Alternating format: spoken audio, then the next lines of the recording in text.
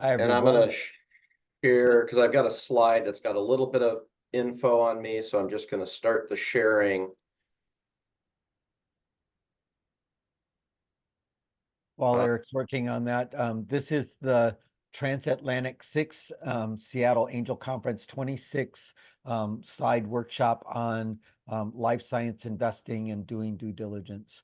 And we have our guest, Eric Larsen. Eric? yes, thank you, John. So for who I am, I've been involved in angel investing for about more than a dozen years. I'm currently the chairperson for the Seattle Alliance of Angels, and I'm our fund manager. We have an innovation fund that writes 100 to 150K checks into companies. We've been about 50% life science companies with our fund thus far. I was formerly the CEO of a diagnostics company.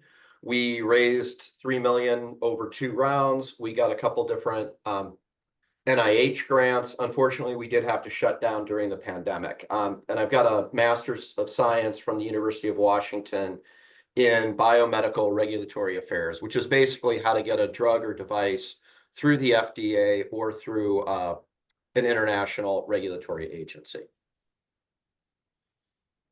So what's different with a life science company? The first thing is that the MVP concept generally doesn't work for a life science company because you can't take pre-orders for a drug or device if the FAA or FDA hasn't cleared or approved it. And I do apologize. I'm going to use some US terms primarily with the regulatory agencies, but it's a pretty similar concept in Europe or Asia as well. Most countries have a regulatory body that does pretty similar work to how the FDA works. And so I said, typically there's some approval or clearances required. And then also with the reimbursements in the US, you need to have a current procedural terminology code or a CPT code to be able to have Medicare or the US government pay for the device or reimburse for it. And insurance companies also typically refer to the CPT codes. Although technically you can get an insurer to reimburse without a CPT code, it's pretty hard. And it takes about as long to get one of these reimbursement codes as it takes to get the device or drug or the device anyway clearance through. So some companies will start working on getting their reimbursement strategy done at the same time they're working on getting their approval or clearance. And then in addition, hospital purchasing tends to be pretty complex. And typically there's what's called a value committee at a hospital that will need to approve a device, a medical device, if it's going to be sold through hospitals or going to be used in the hospitals. A doctor saying, well, I'm going to drive this through generally doesn't work. Sometimes it can, or you can get some things through on kind of a pilot basis, but the sales cycles tend to be a bit longer. So those are some of the key differences with Yep. a life science company. Eric, you're sharing your speaker notes. You want to reset your sharing so that you have the main screen and got a bigger font? Yeah, okay, apologies, let me fix it. I like the pro tips. Yeah, so one of those I didn't mention is the VA, the veterans, what's the A? Administration. Administration, thank you, sorry. Can't do two things at once. Uh, they publish their reimbursement codes for CPT codes, and you can often Google and find those on the internet. So because one of the questions is always, how much can you get paid for a particular procedure? It tends to be pretty prescriptive, at least in the US. And hold on a second, I'm trying to find the sharing. The sharing should be the green button on the bottom, and then you want to share the screen. Okay, yeah, I couldn't.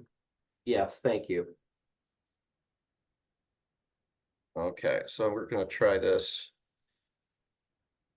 again. Great, looks great. Okay, so now you see the full thing. So when we're evaluating life science companies, there's three main categories of the evaluation that we look at that are a little different.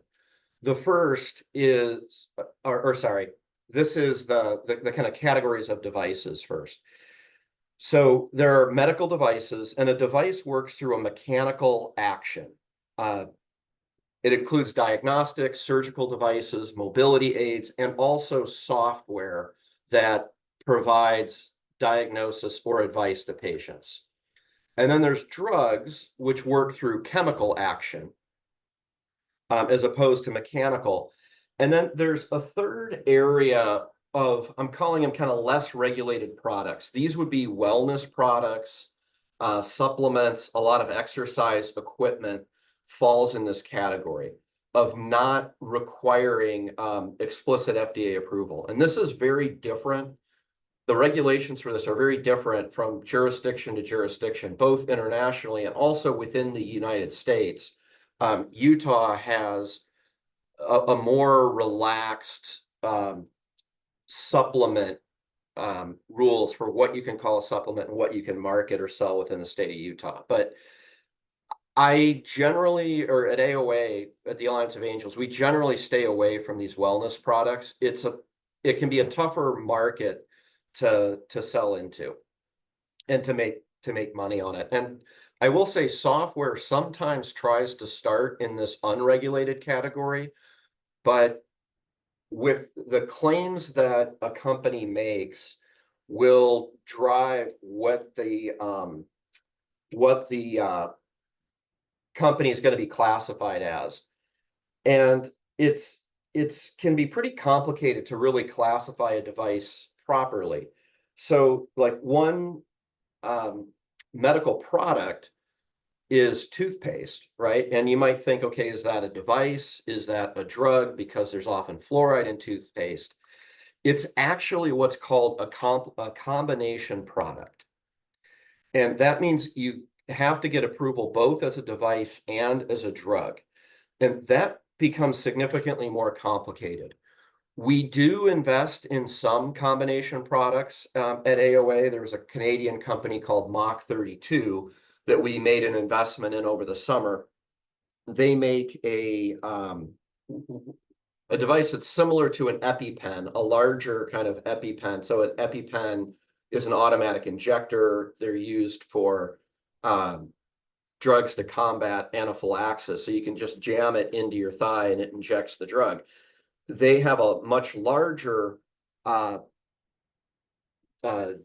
injection device and a drug that they've been able to concentrate far more to stop hemorrhaging.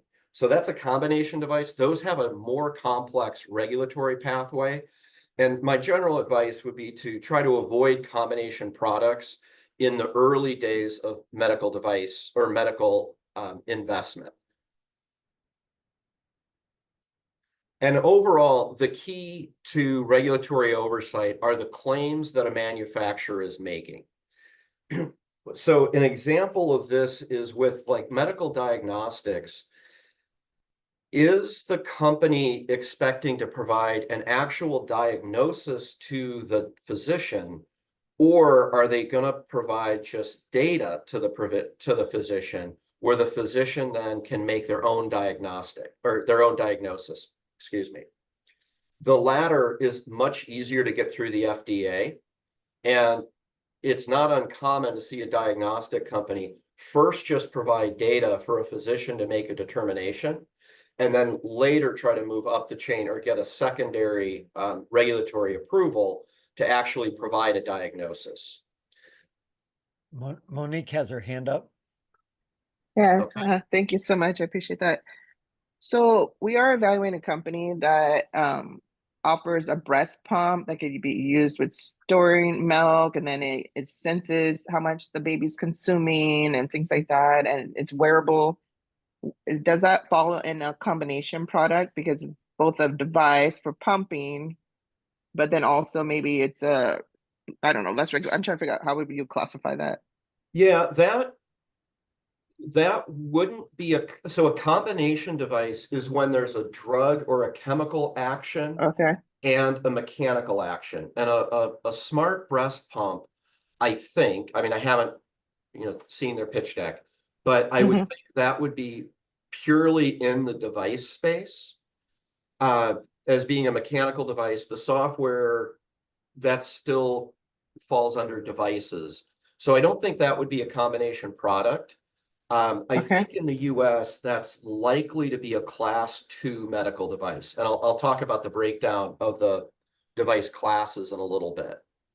One Okay. I thing, appreciate it. yeah, one thing I would say though is with evaluating a device, if a company is saying we're a class 2 device, is either ask them for or go out and Google and try to find some roughly similar types of devices and look up Mhm. how the FDA classified those, because that'll help you understand, or it'll help validate that they're categorizing their device properly. Okay. Thank you. Yeah.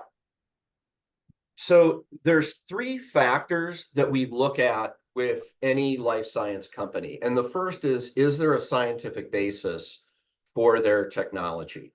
And we evaluate that by looking for peer-reviewed papers or grants. We'll also ask what data they can share. And we'll ask if the data has been peer-reviewed. Sometimes it has been, sometimes it hasn't. I'm sure you've heard about Theranos.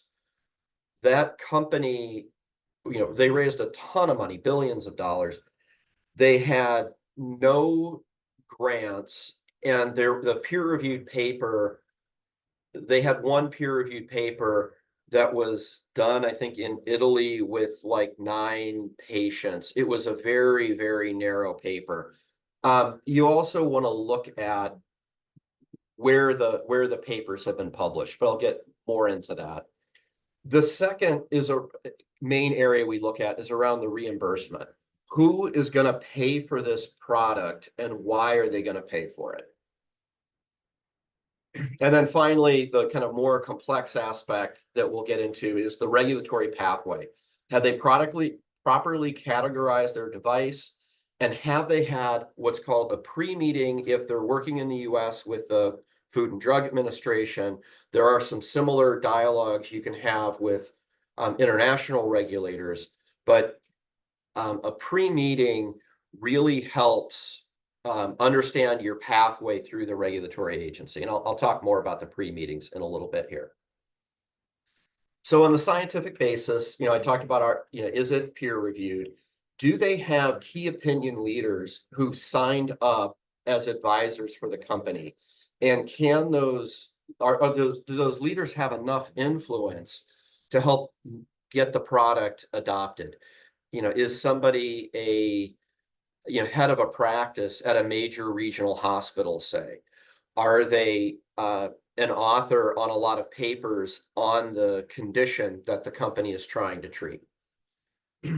And with grants, in the US, we have the National Institute of Health and the National Science Foundation, who both issue grants. There's other granting agencies internationally, of course.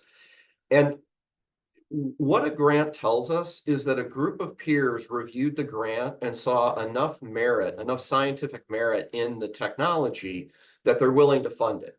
Doesn't necessarily mean it's commercially a good idea, but it does back up the science. And with getting papers published, you might feel that like you look at a scientific paper and you feel like you can't read it, but the abstracts, you can often read the abstracts, they're more understandable. And just look at what journals they've been published in. There are some journals that you have to pay them a significant amount of money to get your paper published. Those aren't that credible, but there are many journals you don't need to pay to get it published. And PubMed, I'm not sure if John's going to share out the slides, but we can share out the link for sure. But PubMed is a great free search tool to look up papers on different technologies and get a sense of who else has published around the idea that the company is trying to put forward. I see Shannon's hand came up. Yep.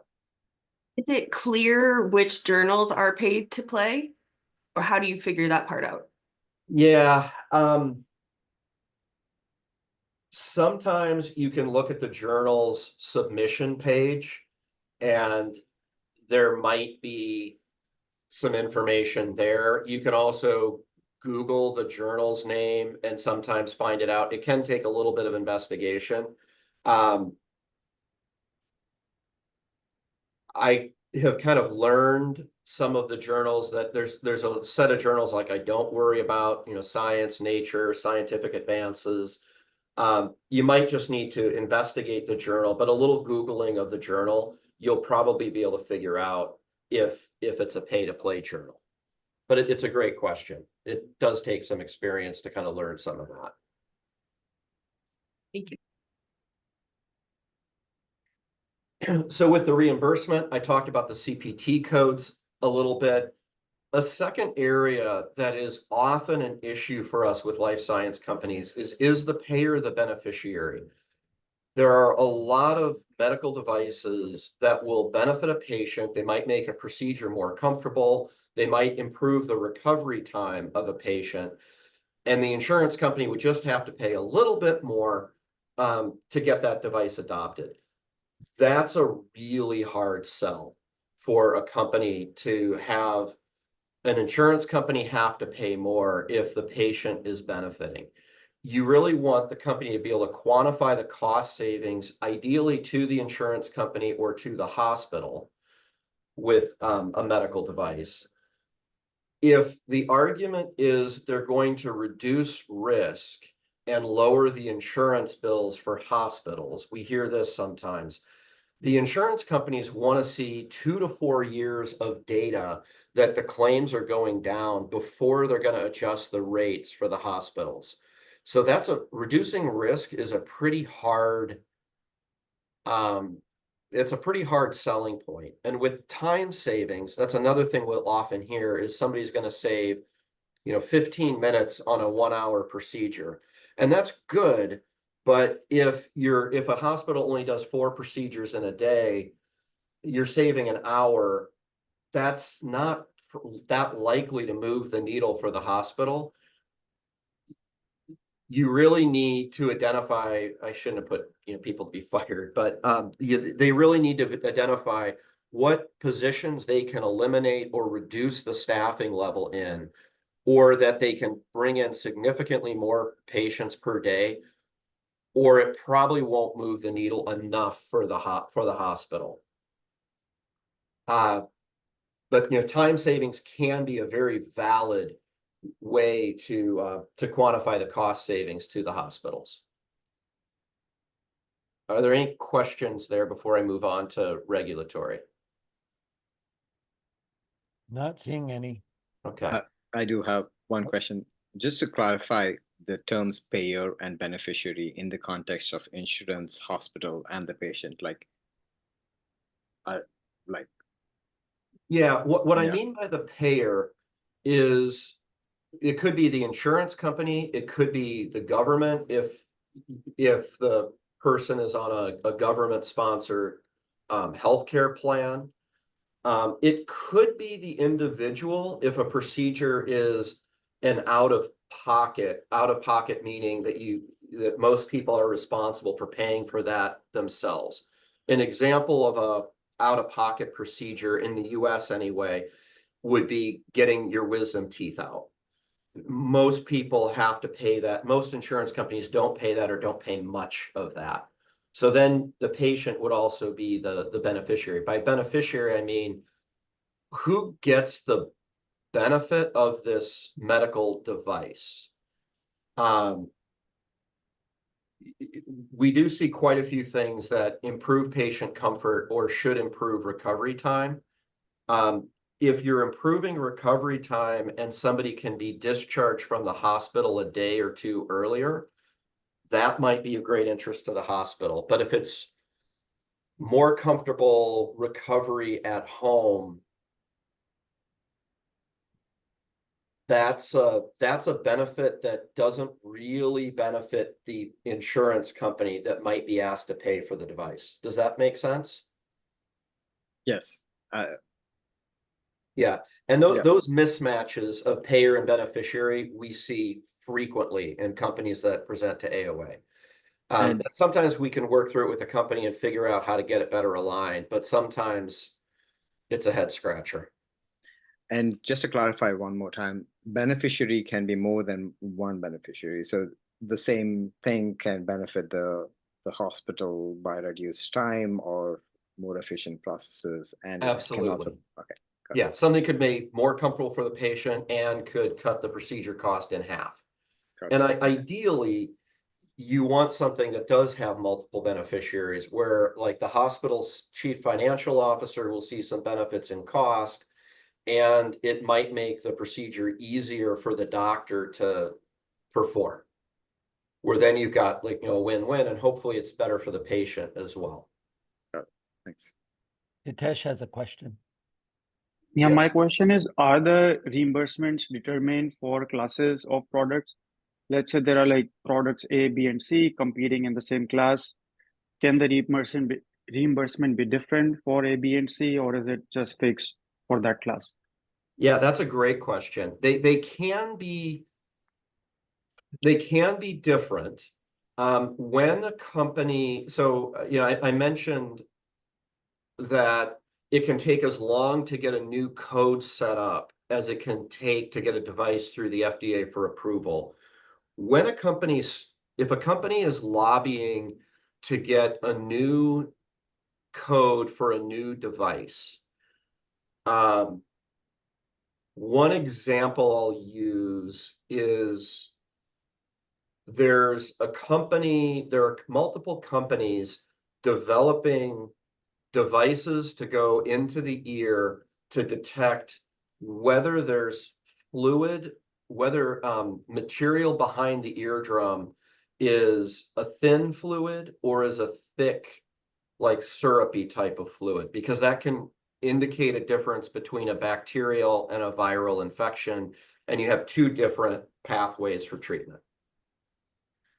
When a company starts lobbying to get a CPT code, they can try to write it fairly specifically. And there's a CPT code that's out that specifies the use of light because there's certain frequencies of light that can go through the eardrum and detect the type of fluid behind the eardrum. So you can detect the fluid with light, or you could also do like a mini ultrasound and try to detect what's behind the eardrum. So the first codes that came out for this specified light, and there's another company that's wanting to use those, but the codes don't match their technology.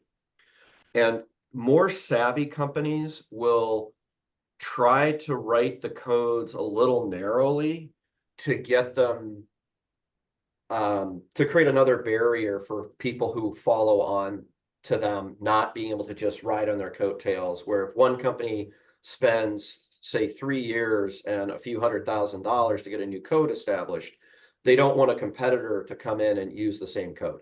So that's kind of one reason why you could have different codes for like a similar kind of procedure, because you might look at it and say, well, in both cases, you're just trying to detect what's behind the eardrum. But the technology can matter. It's also the case that sometimes multiple codes will apply to the same treatment that a patient gets. There might be 2 or 3 codes that can all be applied to something. And sometimes hospitals can apply them all, and sometimes they can't. But yeah, it is worth, if a company tells you we're using, CPT code, 8048, say, you can look up what that CPT code is and read, what the procedure is, and make sure it seems to you to fit what they're doing. The text usually around the CPT codes for describing them is usually pretty accessible language. Cool. Thank you. Thanks. Kai, do you have a question? No? All right. Okay. Go ahead, Eric. So with the regulatory processes, the first thing I will ask a company is, who is managing their regulatory pathway? Have they engaged a credible consultant? Because normally startups won't have a full-time regulatory person. Normally they have a part-time consultant. And have they had, or are they planning to have, a pre-meeting with the FDA? There are pre-meetings both for drugs and for devices. And another thing is, are they seeking approval and doing their trials or studies, in the US or in, say Germany or Spain, and are they doing their trials in the same country? 10 or 15 years ago, it wasn't uncommon for companies in the US and probably Europe too, to try to do their trials in India or other developing countries, and then get approval and sell their devices in the US. Both the US FDA has started to frown on that, as well as governments like India have frowned on that for not testing in the market the device is going to be used. It doesn't mean it's impossible to do, but it's far better if they're doing their trial in the market that they're going to be trying to sell the device in. So that can be a flag. There's a company I'm thinking of that's been doing their trials in South America and is going to try to sell in the US, and I'm kind of curious how that's going to go for them. But it is possible to do. And again, the claims that the company makes are really critical it's the most critical thing with the classification. And I can't overstate how common it is, and it can be a very good strategy it's kind of a different version of a minimum viable product strategy, but to get less grandiose claims initially, get an initial approval, be able to start selling the product into the market, and then go back and try to expand on those claims. And part of why this is a good strategy is doctors have the ability to prescribe what's called off-label use. So the label has the claims in it, that's what you get approved. But a doctor can look at something and use it in a different context. That could be for younger patients than it was approved for. It could be an adjacent type of condition. You cannot market, and companies have to be very careful about this. They cannot market their device for off-label use. That's a huge no-no. But they can, it can get used off-label. And there's quite a few devices that get used off-label quite a bit within the US. Lisa just raised her hand. Yes, Lisa. Yeah, so my question, I want to go back to your comment about trials outside the US, because we do have in SAC one company that is doing what and I'm going to use their terminology here, and maybe you can help us. They're doing a feasibility study after large animal studies in a foreign country, but they're going to do their pivotal study after the product's developed in the US. So this is a device? It is. Okay. So is that a flag in your mind? What type of questions might you ask? No, that could be pretty reasonable to do. And it's a lot of these decisions come down to cost. And if you can demonstrate that something does or doesn't work for less money, or get a good idea of how well it's working, or if there might be design tweaks that they want to make in the device that they might learn about from their feasibility study. They've probably evaluated and found that they can do the feasibility study in some other market for a fraction of the costs in the US, is my guess. And it's probably a pretty, okay, I'm giving an opinion without really knowing the company, but that might be a good approach. Because if they're going to try to sell in the US, they're going to do their pivotal study in the US. So that will kind of fit with that, but they're able to do, by doing their kind of, prototyping feasibility study somewhere else, they might be able to save some money. So that wouldn't be a huge flag for me. Can you define feasibility study versus pivotal study? Well, I can define pivotal study. The pivotal study is that is the study that will be submitted to the FDA that will, that'll determine whether the device gets approved or not. I don't know that a feasibility study has as kind of clear a definition. I'm not talking about like the quality systems and the design systems in this talk, because it's not meant as overall like a full regulatory presentation. But when you're designing a medical device, it's not just the study that the FDA will look at. They will also look at the design process that a company went through. And did the company identify the requirements that their device was going to address? And did they have a design process to meet those requirements? Where I'm going with this, though, is once you start designing a medical device, the FDA will want to look at a lot of the data and the design files that a company has created. And I would expect the FDA will want to see the feasibility study, even though it was done in a foreign country. I can't say 100% that they will, get it or they will ask for it, but I would think the FDA probably would want to see that because it was part of the design process that went into building the device. If the company was trying to do it in a foreign country to try to hide it from the FDA, that would be a flag. Fair enough. Thank you. Yeah. I see Ashwin just raised his hand.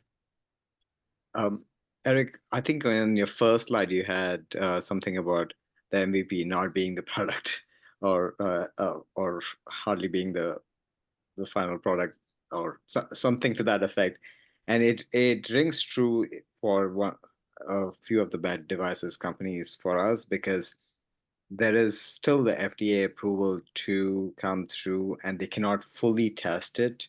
Right. It's a class 2 device, the breast pump. What are some other ways to validate, how validate the product market fit, and what are, in your experience, what have you come across other ways to validate it? Yeah, and that's a great question. What I intended to say on the first slide is the MVP concept generally doesn't work with medical devices. With software, you could release something that only does like half of what it's supposed to do, and you could have, beta customers testing it. You can't do that with a medical device. What you can sometimes do, though, is sell devices for research purposes. This applies with, like, this wouldn't, I'm not sure how it would work with the breast pump. But if, maybe if you had a researcher who was trying to,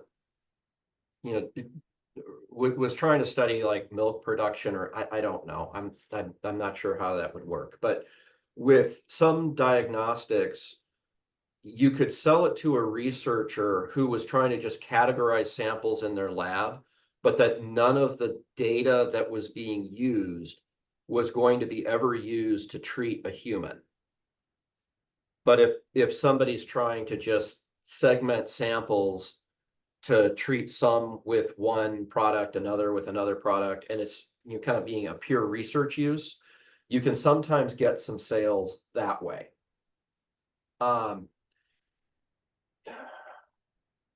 You can also, you can also do research or do like a parallel test. So in the company that I was running, we were analyzing blood samples, and we would get,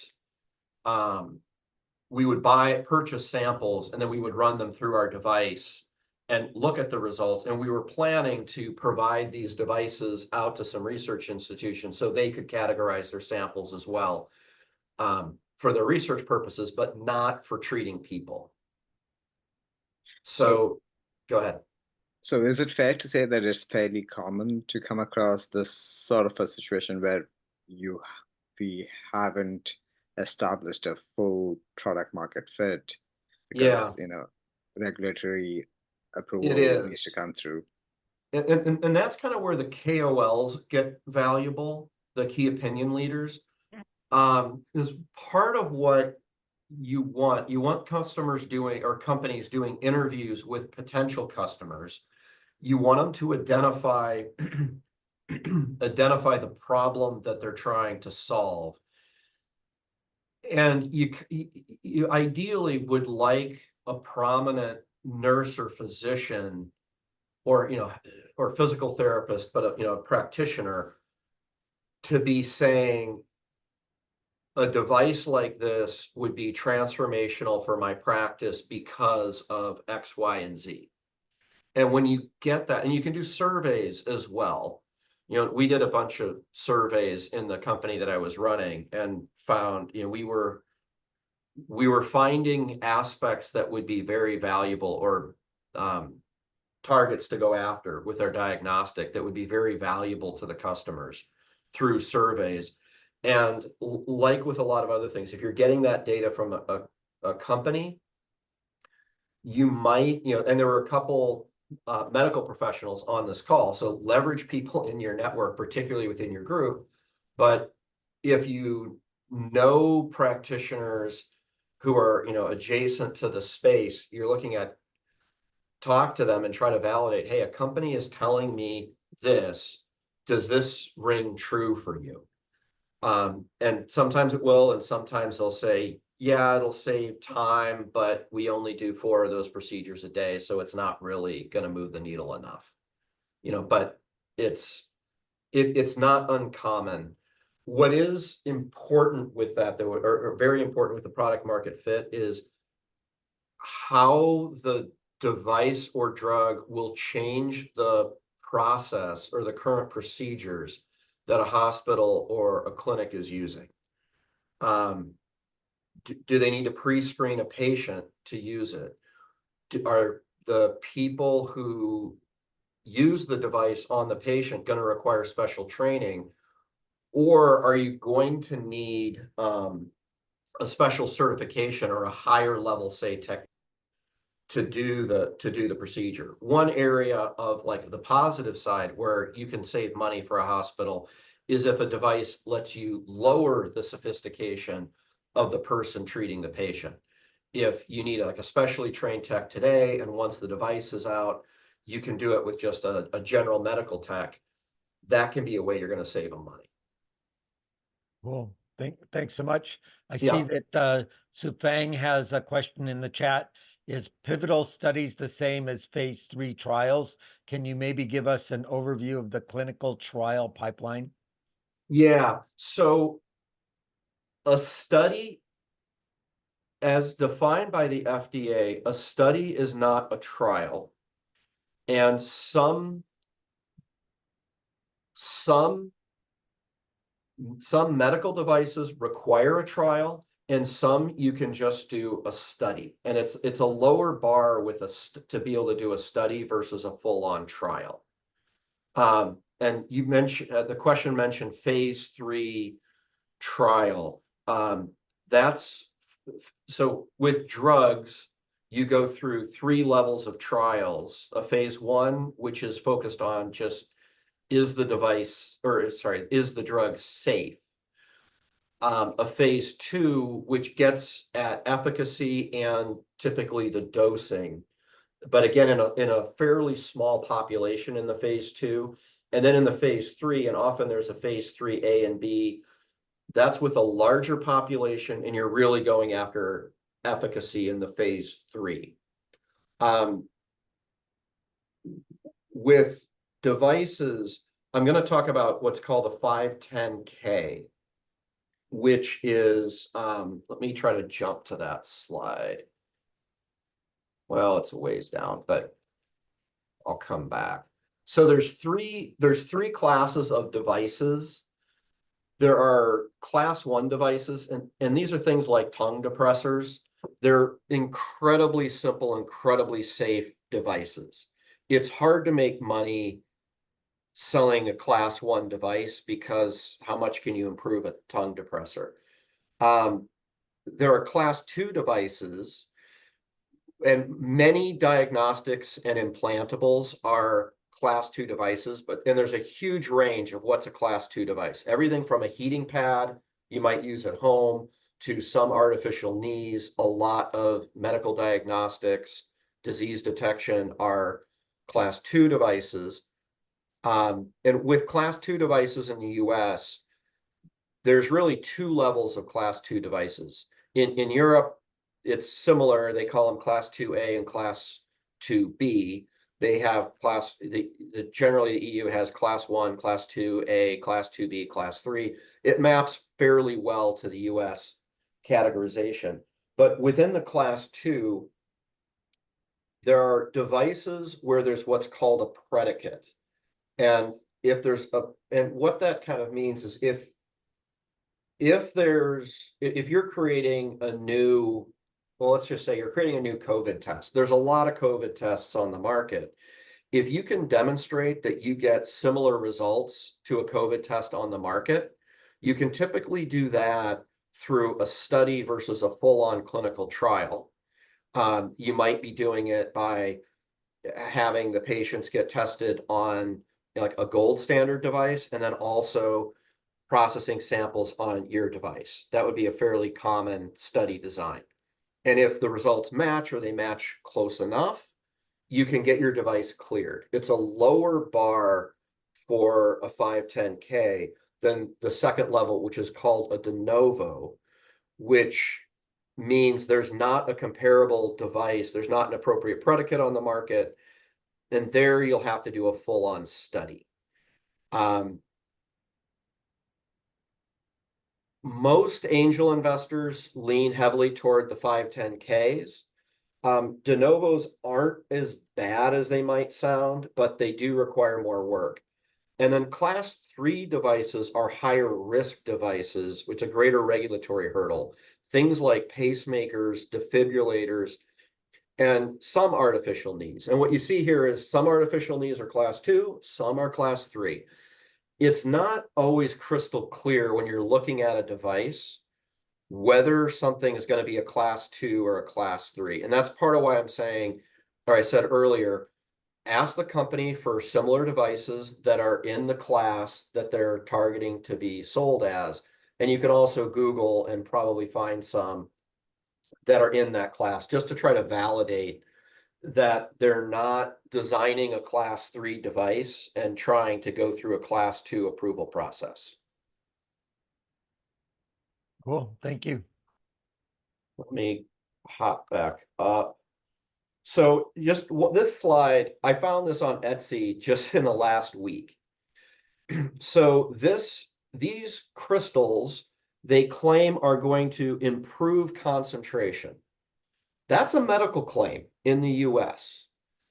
I doubt they've done a study or have scientific data that's going to show however you're supposed to use these rocks is going to really improve your concentration. So the FDA could come along and shut these guys down.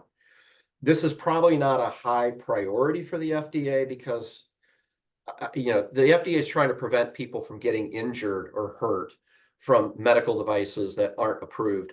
I don't really see how you're going to get hurt with these rocks, but there are a lot of things where people will cross the line, make a medical claim, and not have the scientific data.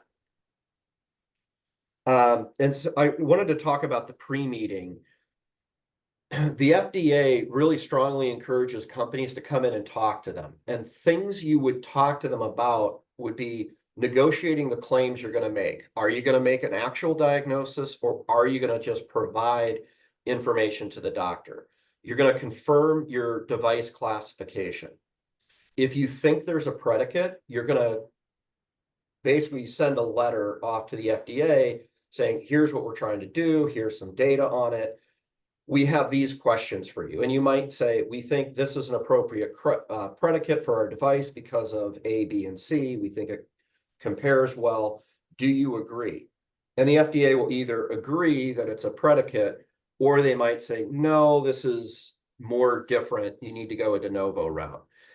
And what's also pretty critical is you can get agreement from the FDA on the volume of data, the cases you have to analyze, and what you need to show, and the success thresholds, and possibly patient selection / exclusion criteria. Once a company's had a pre-meeting, they'll get a summary report back from the FDA. That's something we'll ask to see, at AOA, because if a company's had a good pre-meeting, they're going to really know this is how many patients need to be in our study or our trial and what we need to show. It's really valuable for like a costing and time frame analysis. And there are pre-meeting functions in other countries as well. Are there any questions before I move on and talk about therapeutics or drugs? Or I should ask too, is there interest in me talking about drugs, or are you solely device focused?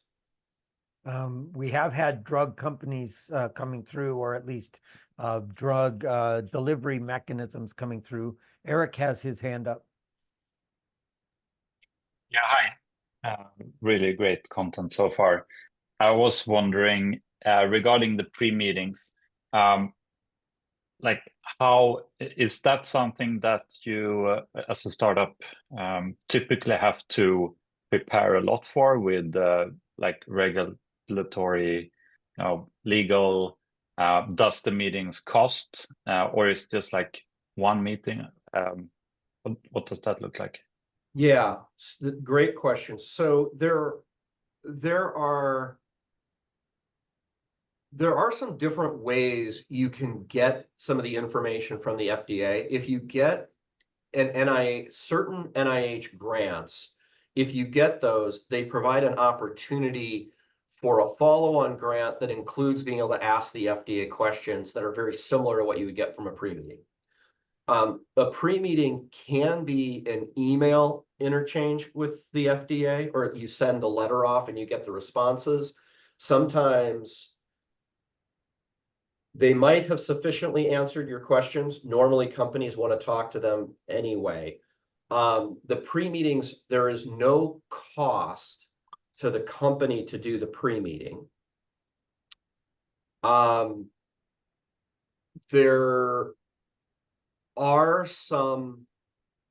can be some limits as to how many pre-meetings you can have with the FDA.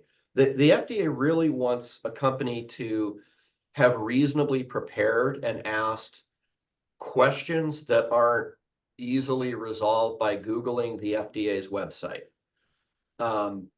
So questions like, if our device is a little different, like if you're creating a COVID test and it's a lateral flow COVID test, it might be harder to come up with good reasons to have a pre-meeting with the FDA.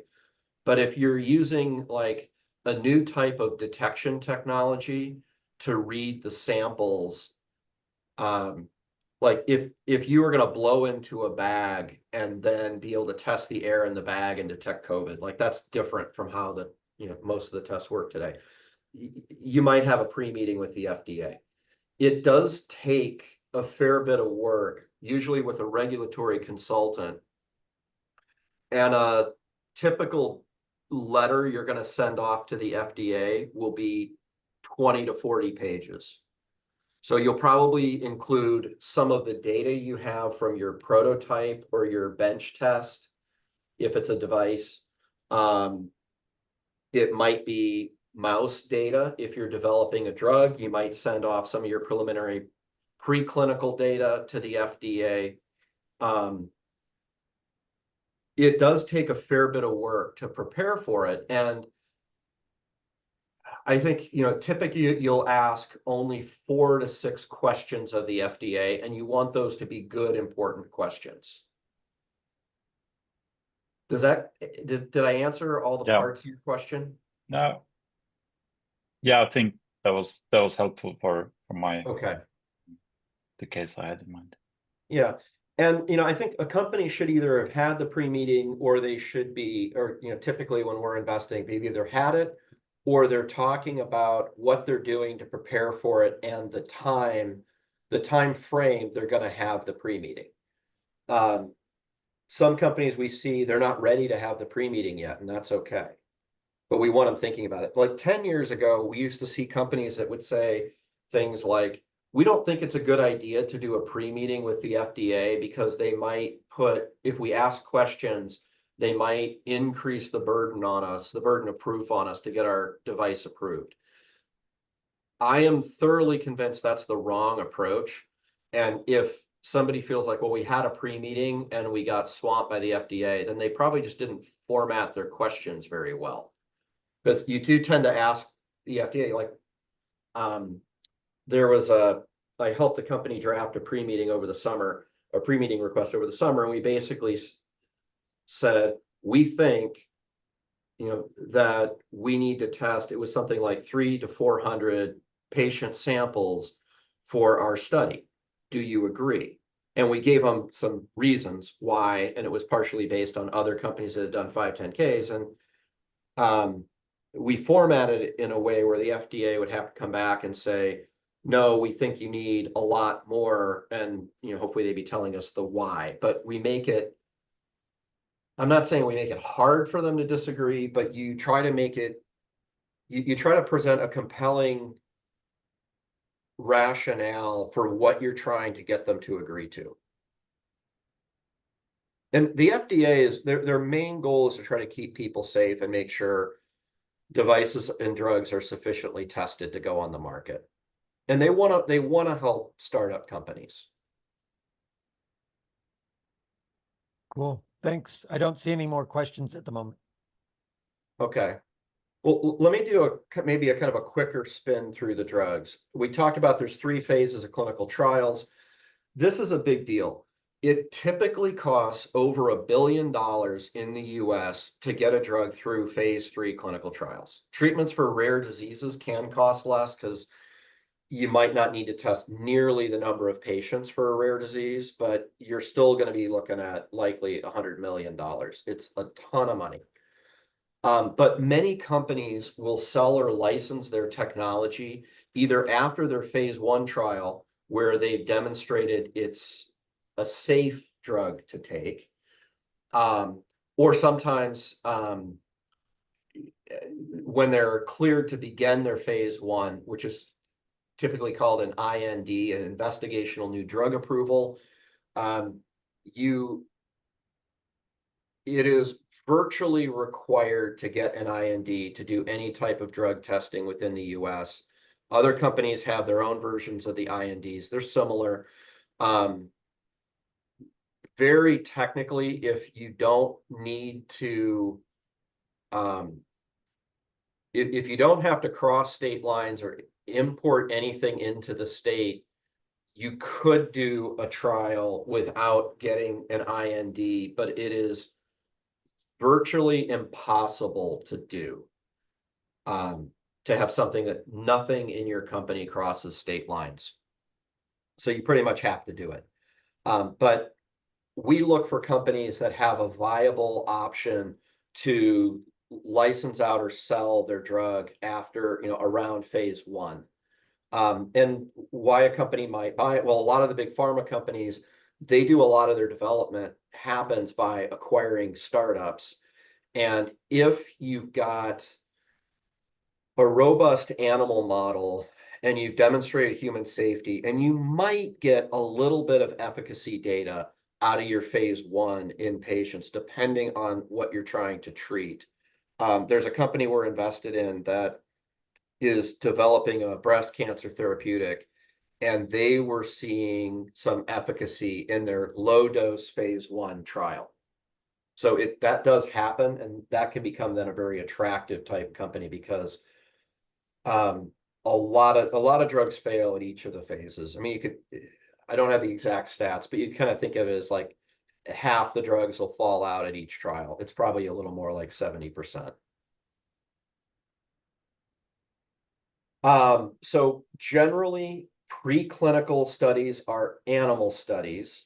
it could be blood extracted from a person and tested outside the body, but generally preclinical means animal studies done before going for your IND. Clinical studies are studies in humans that happen after you get the IND or after the initial thing.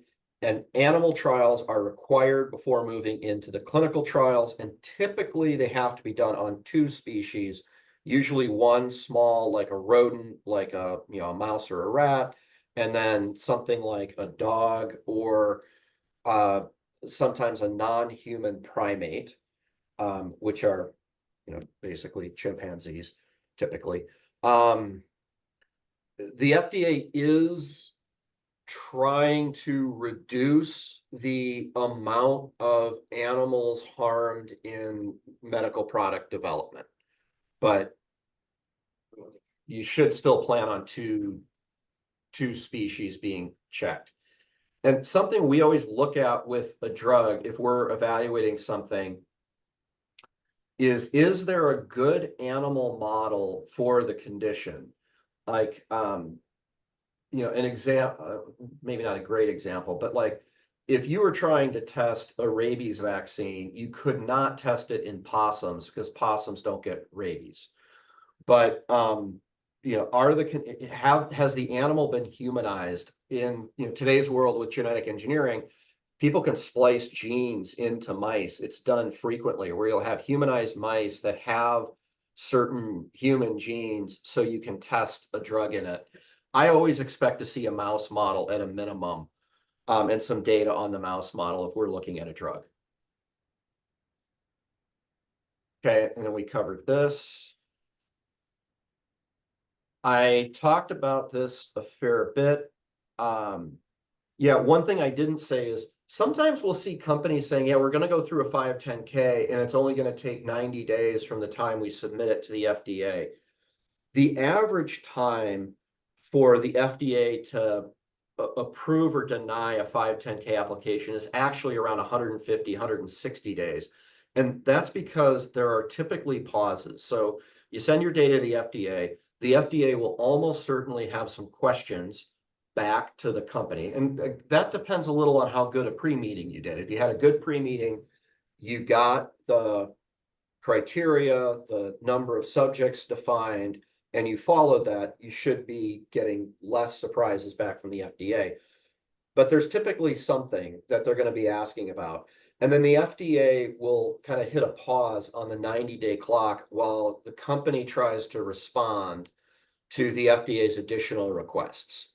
And that can be, 20 days once, 30 days another time, but 150 days is the typical. I have seen them be 2 years before. I talked about this some, about the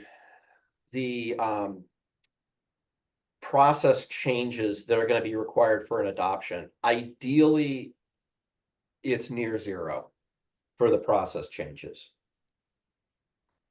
And then this is the freedom to operate versus patent protection. This isn't exclusively to medical devices, but I'm bringing it up because it's something that quite a few angel investors don't always have a full understanding of, and even a lot of founders don't have a full understanding of, that a patent protects the company's idea. It doesn't grant you the right to commercialize the idea. And why that's different and why there's the 2 wheel pictures down below is the wheel on the left, it's like a wooden wheel. There might be a little bit of rubber on the outside, but there's no inner tube on this wheel. If I invent a wheel, and then John figures out that, well, if I put an inner tube and I put a little air bubble on the outside of the wheel, the ride gets a lot better. Maybe the traction gets better. So he patents a wheel with an inner tube on the outside. I can't sell a wheel with an inner tube on the outside, but John can't either without licensing my patent for the core wheel. And it's not at all uncommon that with medical devices, there are prior art or prior patents that someone might need a license to be able to sell their device. And the search that's done is called a freedom to operate search. Law firms can do it. You can do a full exhaustive one, or you can get kind of a light freedom to operate for like 1 to 2,000. There's firms in South Korea that do a good job with it. But what they'll try to identify are any patents that you might be infringing on, even if you have a fully issued patent. So I don't know if there's any questions around that or anything else, but that's kind of the end of my slide. So I'm going to stop sharing. And I'm happy to take any other questions people might have. Anyone have any thoughts they want to focus in on? Yes, go ahead, Sarah. Hi, Eric. Thank you for the presentation. So in general, which documents you recommend we should ask to the companies when we are performing due diligence to evaluate the regulatory pathways take, which are the fundamental? Yeah, I would ask for any grants that they've submitted, and there should be a, like a public form of the grant, or maybe they give you a redacted one. Any papers they've published, the freedom to operate, I would ask, have you done a freedom to operate search? If so, ask for a summary from the law firm. The law firms typically will deliver, they'll be like a detailed freedom to operate report. Typically companies won't give you that, and that's fine, but the law firms will prepare like a summary of it saying, we don't see major issues, or we think the company can, the language will say something like, we think the company can successfully design around the issues that were identified in the freedom to operate. Like, that's kind of what we're looking for there. And then if they've done a pre-meeting or have any regulatory opinions back from whichever regulatory body, I would ask to see those. Because that'll give you, sometimes, there could be insights in those documents, and that's kind of beyond the normal, pitch deck, financials, everything else. But those are, and then the patents, any patents they've filed, they should be able to share with you. If they filed a provisional, most companies will share the provisional patents too. Lisa has her hand up. I have a general and very large question for you, Eric. And that is, this process with a medical company can be very, very long, right? Because if it's an angel investor, you're probably going in early. And as you've described, there's the FDA and there's trials. And I'm just curious if you can kind of talk to us a little bit about how you view these type of investments and how important exit strategies are along the way. And because going all the way to a patient might be it is a multi-year process. Right. Likely. So I'm just curious how you kind of think that through. So I talked about early exits with the drugs, but early exit with the devices is also really important. And so I probably should have talked about strategic investors. Do they have, or what's their plan to get strategic investors involved in the company? Like if you're, Stryker, all the large device sellers have venture arms. Is the startup talking to them, or do they have plans to talk with those companies? And have they thought about whether their product is competitive with that company, or is it a complementary product to things that they offer? Will it, if somebody's got a really slick device,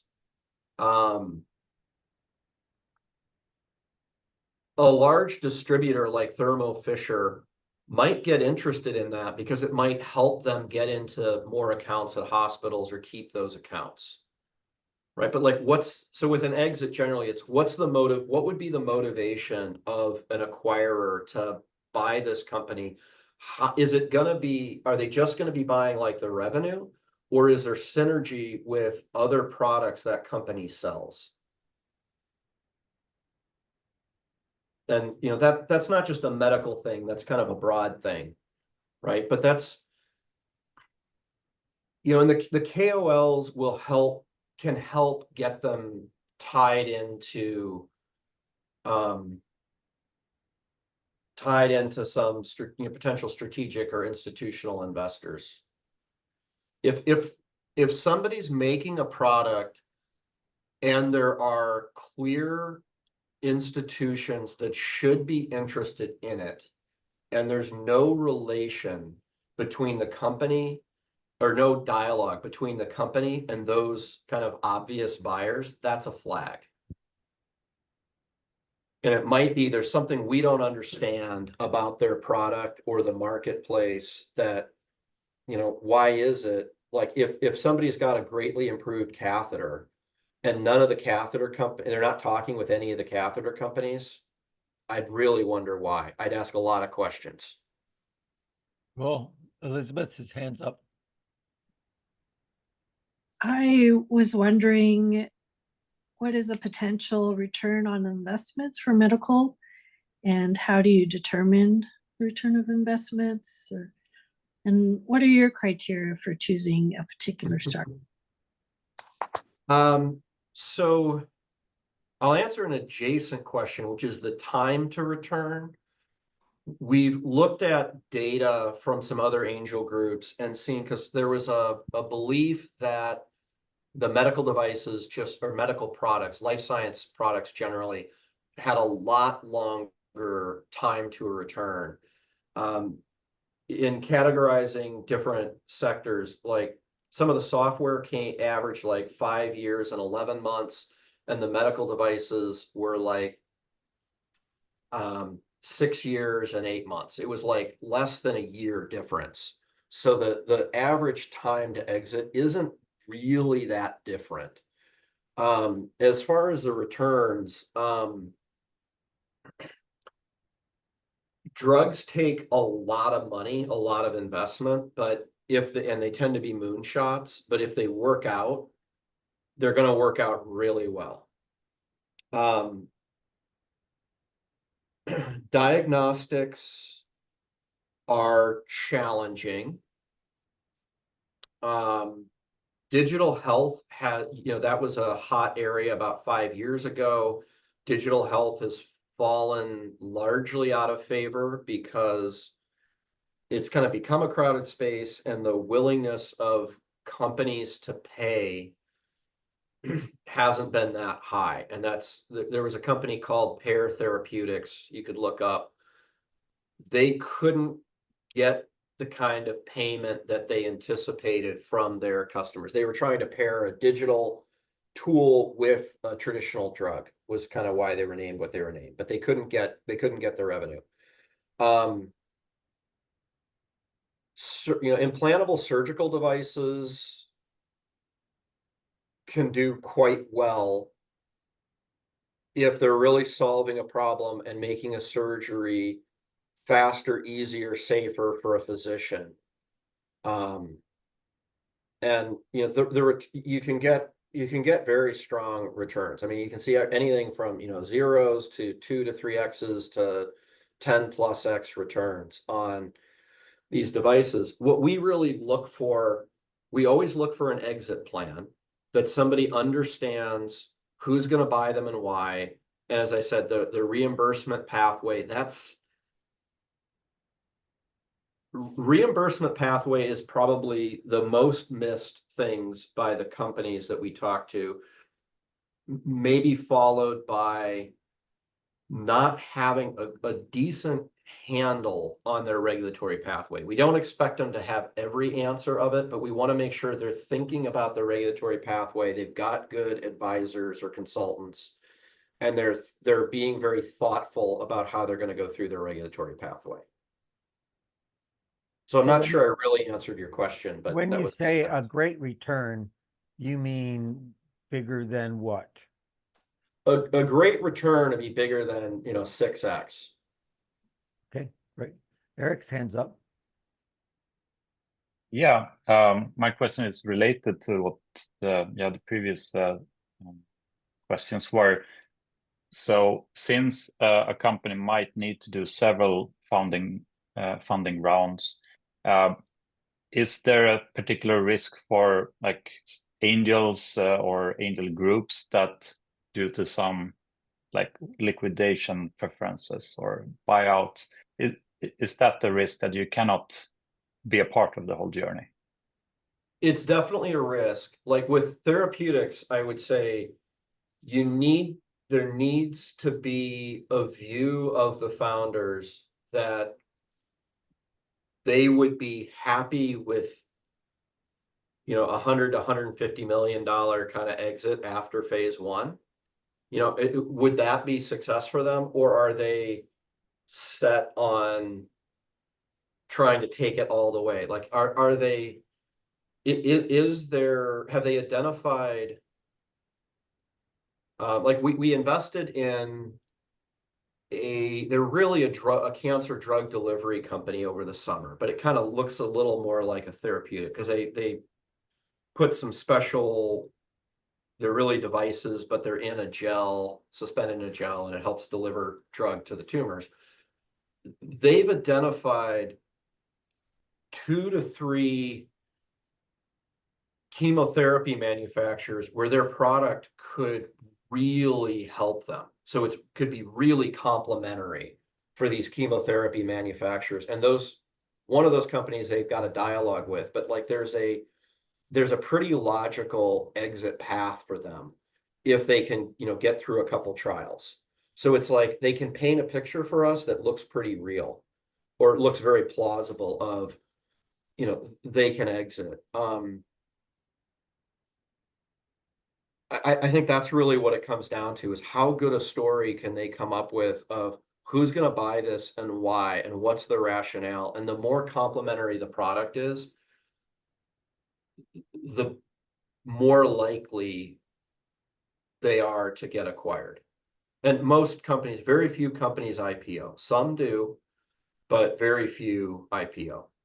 Like very few, like 1%. Yeah, if. Yeah, like 0.5%. Probably, yeah. It's really low. Yeah. Elaine's hands up. Hi, Eric, thanks. For a class 2 510K path device, would you be interested in seeing the discussions with a strategic investor before FDA clearance or after FDA clearance, especially if those strategic investors might be competitors? Well, so it's unusual that we would see a company after they've gotten FDA clearance. It does occasionally happen, but almost always we're talking to them before they've gotten clearance. So normally we would want to see some notes or see a letter of intent, or sometimes have a reference call. It kind of depends on the size of our investment, size of the round. But we'd like to see some indications from the strategic investor well before they've got approval, or even the pre-meeting. You know, it's helpful. I mean, you said, you know, if the institution is a competitor,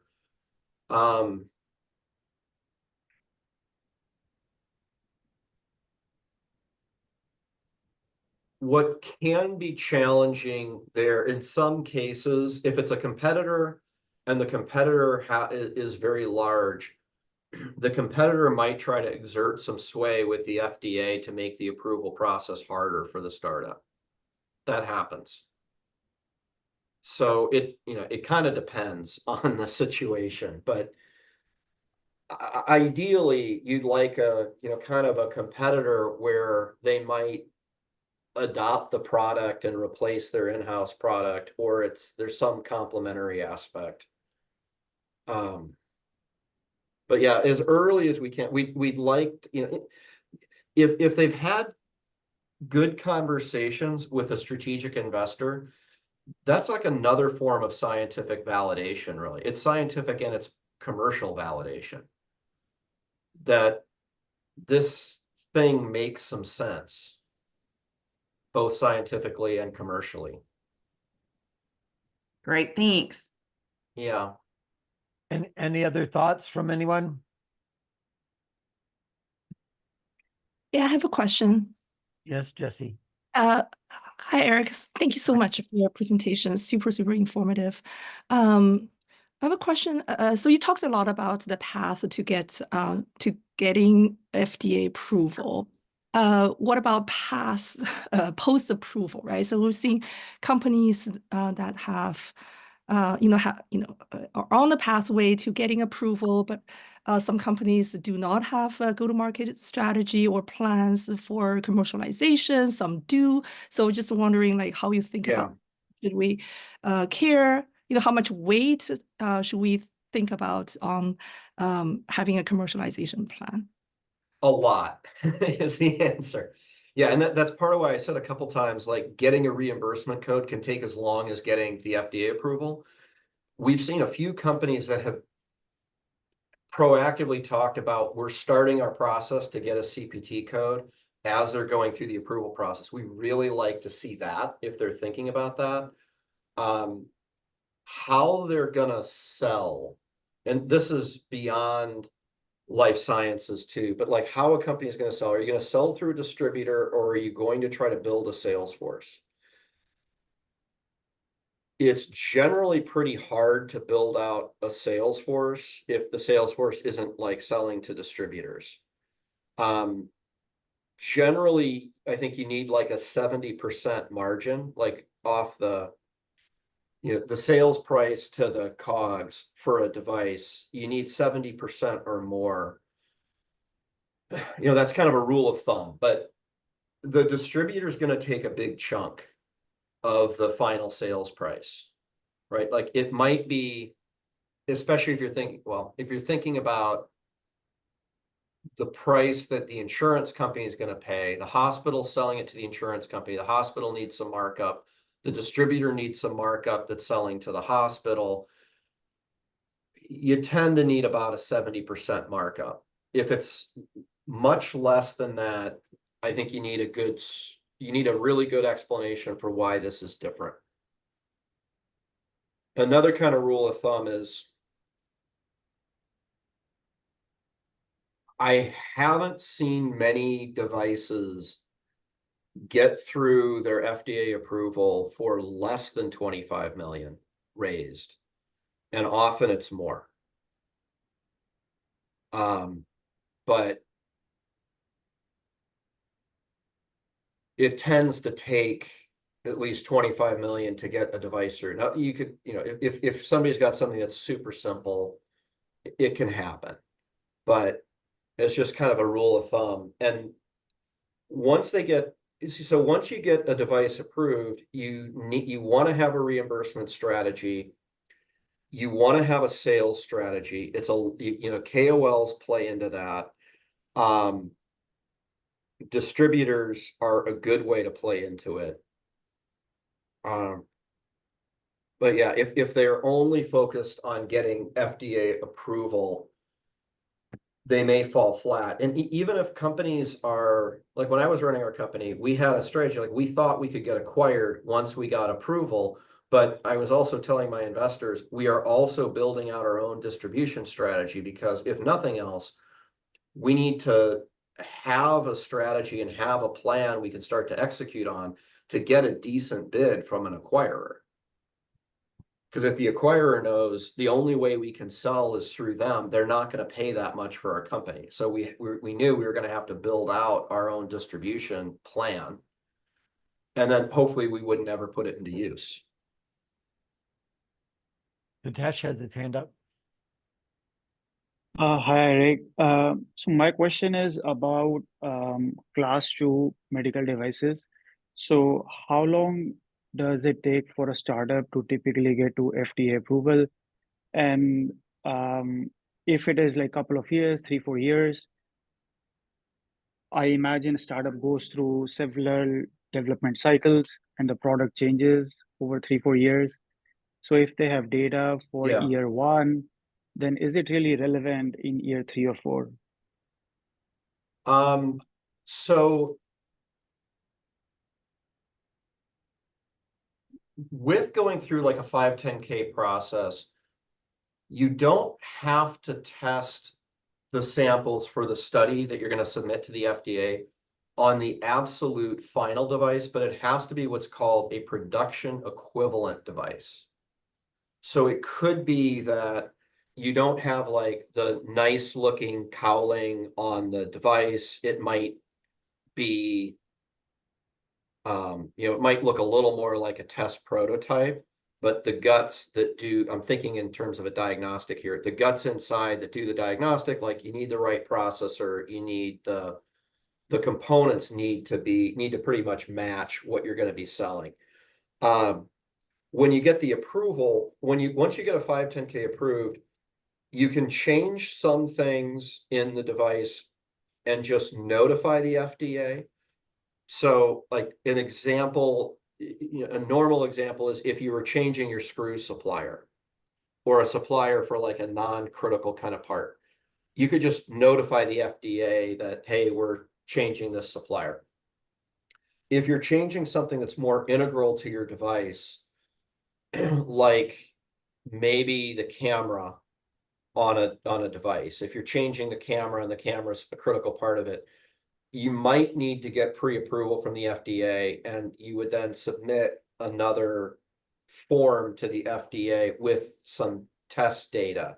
You wouldn't have to fully rerun your clinical study, but you might need to run, if your clinical study was say 400 patients, you might need to do your verification on like 10 to 20 and show that the results are pretty much the same. Like it didn't, swapping this component out didn't matter. Or if you're adding reporting features to the product, you can do that through a supplemental filing with the FDA.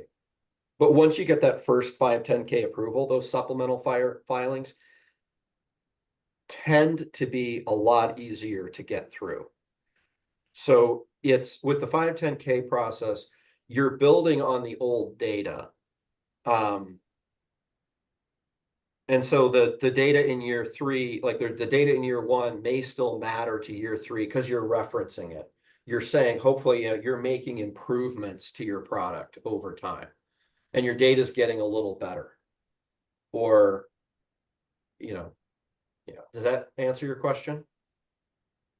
Yeah, how would it look like before the 510K is achieved? The first approval is achieved. Sorry, how would what look before the first approval is achieved? So let's say a product is in development for about 4 years. Right. And then they went through 4 versions in 4 years. And then there was some studies with each of the version. Then when the company submits their report in year 4, have you seen companies still use and reference year 1's data? Yes. And the FDA may ask to see some of it because if in your design file, what they're going to be looking for, because you made changes, right, from version 1, if you do a version each year, right, you made changes from version 1 to 2, 2 to 3, 3 to 4. The FDA is reasonably likely to ask about why you made those changes, what you were trying to achieve with it. And they're going to look at, some at, were you successful in making those changes? Like if you're trying to improve your accuracy from say like 92 to 96%, right? They're going to look at what you specified as what your goals were for version 2, and did you achieve them or did you make progress toward them? And part of why they look at that kind of process is it's another way to measure quality in a company, is if you're making steady improvements and you understand why you're making the changes that you're making, versus, you kind of got lucky with version 4. and you tried random things each time, and suddenly version 4 works, that's going to give them more pause. Or they might question, I think part of what they're probably trying to look for too are people who are cherry picking or managing the data. Like, maybe what could be totally reasonable is a company is developing like a diagnostic and they discover along the way of doing their testing, there's a certain type of patient that it's not accurate for. And then you change your label, you change your target market at the end, and that can be okay. That would be a, kind of a reasonable thing to discover along your design process. Cool, thank you. Other questions?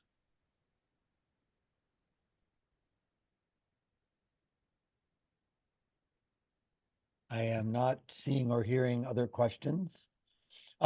Eric, can you talk a little bit about the business arc for like CPG versus software SaaS versus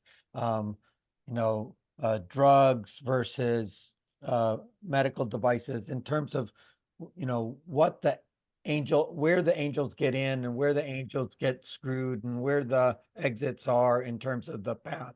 Because the default noise you get out of the Bay Area seems to be very narrowly constrained in terms of the arc of the businesses. Well, one of the key challenges is the difficulty in creating the MP, the minimum viable product, and the product market fit. We kind of talked about that some. Where angels get hurt, and this is true of any kind of company, is if there's a significant underestimation of the capital that's going to be required to get to the milestones. And that's true whether it's software or medical devices. There might be a little more opportunity to underestimate in medical. And with that, part of what we look for is not just the current round of funding, but like the next round. Do they seem to be in the ballpark for what it's going to take to get to a value inflection point? So they should have some clarity on their capital stack and be designing their capital raises to meet into what the market does in terms of capital. And so for example, when people are looking for 2.5 million from angels, does that raise any issues for you? It always depends on the business they're in. It really comes down to, are they raising enough to get to the next inflection point? The worst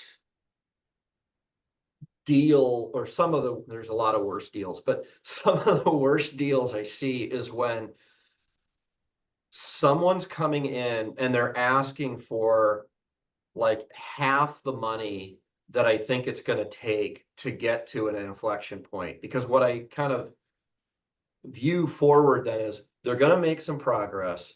They're going to get to a point where they're stuck. They're going to come back and ask for more money and maybe not have data. And the next investors might not be as nice as they're asking us to be on funding the current round. So I'd either want to see like a really low, and it's one thing if you're funding, if somebody says, hey, we've got this great idea, we want to try to package this test we can do with pipettes and test tubes into a lightly automated box. Will you fund that? At a low valuation, yeah. Or maybe, right?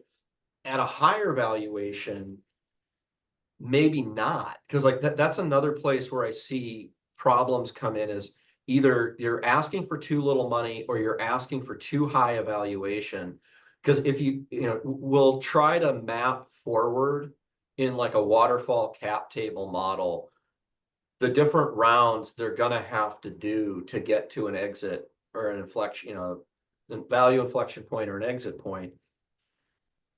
And is there going to be enough headroom? Because if they're raising at if somebody starts out at a 15 million pre-money and they should have been at 8, and they raise, say 3 million, now they're at an 18 post, instead of, if they raised like 3 on an 8 million pre, they'd be at 11. It might create compression in a later round, and that's where there's going to be a down round. Right. And So- things like converts can help, safes can too, can help with having a little bit of protection for a later down round. And to be explicit for this audience, what do you mean when you say inflection point? Right. So what I mean is a point where there's a clear demonstration of the value of the technology being developed. So that could be in a medical device, it could be having had a pre-meeting with the FDA, assuming it goes reasonably. That's maybe a more minor value inflection point. It's more minor than getting approval. But once you've had that pre-meeting, you've got some kind of guardrails or some guidelines around what it's going to take to get approval, right? You've de-risked, something now. And typically the FDA will kind of stand by what they tell you for a year, and they kind of will longer too if it's a startup. But in my experience, they're pretty good about sticking with like what they told you and not having like, well, you talked to John 6 months ago and you're talking to Jim today, and I'm Jim and I think it's 2x what John told you. Like they don't do that much. But it could be, it could be certain trial data too. It could be, if you invest off a mouse study in a therapeutic and the mouse study was on 10 mice, that's useful, that's interesting, that can be indicative, but it's not, 10 isn't that big of a sample where you might be seeing a fluke. If they do a larger mouse study on 50 or 100 mice, or they go from mice data and then they test after the mice data, they draw blood from people and can test the drug in the blood, and they get very good data on that. That could be an inflection point too. There's multiple inflection points. The ultimate one though is when somebody would think about buying the company. And what we're talking about is valuation change in the value of the company. Yeah. Not, I have a better process of producing work for my worker bees. Yeah, like, and we do see milestones from companies sometimes that are like, needed to happen, but like hiring a CMO is not a value inflection point. It's necessary. That's, for a lot of companies, but it's not a value inflection point. Great, thank you. Any other thoughts or questions that people will have? All right. Well, Eric, this was wonderful. Do you want to, like take a couple of minutes and say what the heck Alliance of Angels is? Oh, sure. Not everybody knows. Okay. The Alliance of Angels, we're a 180 member angel investment group here in the Pacific Northwest. We invest in, we do about 40% of our investments are in like software or technology, 40% are in life sciences, both some in drugs, but probably like a third of that 40% will be in therapeutics, 2/3 will be in devices. And then we're about 20% in consumer products that we invest in. And we do 10 meetings a year. We have an investment fund that people who come into the fund, it's a 25K minimum investment in the fund. The fund makes about 15 investments. It's targeted to be an annual fund to deploy the capital in a year. We do have some flexibility. If we don't see the deals, we can take a year and a half and we can extend it, but we've hit about at a year on that fund pretty consistently. And we've been around for close to 30 years now. I've been a member of AOA for about 12, 13 years. Cool, thank you. And we'll do a Meet the Funders workshop in January and March, or January and February, where we'll give people browsing time to get there. But is there anything that they might want to do to connect in with you before we do that, Meet the Funders? Well, if anybody's interested in, joining another angel group, you can reach out to me. Our meetings are in person and virtual. We do a hybrid, and we do have members from across the US and some in Europe, and actually we have a member in Japan as well. But your investment thesis doesn't have you investing in non-North American companies, right? That's right. We invest in US and Canadian companies. Right. And they need to be C Corps or the equivalent. Right. Wonderful. And we're probably a little bit later stage investment generally than John, your group is, I think, generally. Yeah, no, you're definitely later stage. We aim for the very early that are all squishy and willing to deal with all our questions. So although, in this last 2 rounds, the range of companies has really gotten wider. We have a lot more very, very early ones, and we have a lot more like we're in revenue and going, and maybe we'd call them a scale up, not a startup, right? That range is much wider than it has been previously. I see Eric's hand just came up. Yeah, I'm sorry if I take too much time, but a question that just came up. You said only C Corps. Could you just mention something about B Corps? Yeah.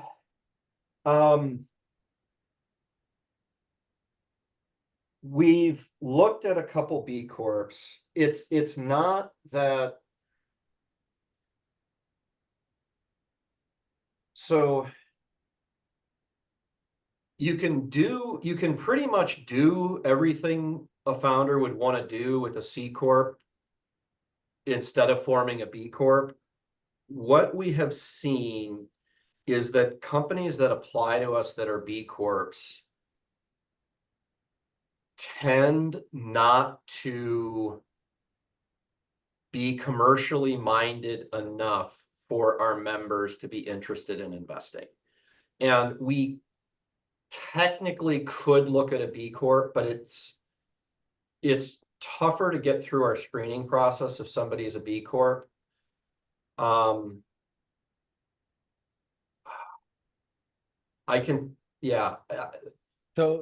functionally, a B Corp and a C Corp are the same, except they have a little escape clause where they can put mission before returns if they want to on a board level, right? That's technically the difference. What I hear Eric saying, to be more explicit, is that there is a non-profity belief in the founders' brains enough that it gets in the way of them being business people. Or at least it tastes that way enough that the investors are frustrated at some level. Yeah. And we look at the companies we let through our screening process and come to the member meeting, and we look at where companies get invested. And part of what we've seen, like, a couple people said they have real estate investing experience. We've kind of learned over time that real estate startups haven't gotten investment at AOA. So we are also very reluctant to take a real estate company through our screening process because the members just don't show any interest in it. And it's not that they're bad, it's just not what our members seem to want to do. And in contrast, the reasonable number of real estate deals go through Keiretsu, and so, or at least used to. And so Keiretsu is much broader in their willingness to engage in prop tech and real estate tech kinds of things than some of the other angel groups in Seattle. About half the people are not from the US. Is there anything special they need to know about joining like an Alliance of Angels when they're foreigners? Know your local tax structure or tax regime. And I think, if you're interested, we should have a conversation and look into it. I think our investors who don't live in the US maybe US or Canadian citizens, but I'm not sure about that. But it should just say, let's go into it eyes open with understanding the tax structure. That's probably more an issue if somebody wanted to come into our fund. Right. So my understanding, being an amateur at this, is that when you are not a green card holder and you're not a citizen, then you're under Reg S, not Reg D, whatever. And so there's different rules from the SEC that you come in under. And the taxes then under Reg X are whatever your home country taxes are, not what the US taxes are, because the lovely US tends to tax us everywhere we go in the world. And Right. probably on Mars when we get there too. So, Eric, thank you so much for this extended engagement. It was really wonderful. I really Good. appreciate it. I always appreciate the support that you're doing. Be aware that our demo day for SAC is November 20th, and the demo day for the TAC is December 5th. And so we will be having the culmination of all of these fine people's work show up at that point. Okay, great. Thank you. Thanks so much. And I'll look forward to seeing everyone else in the meetings that we're doing. Okay. Thanks. Thank you.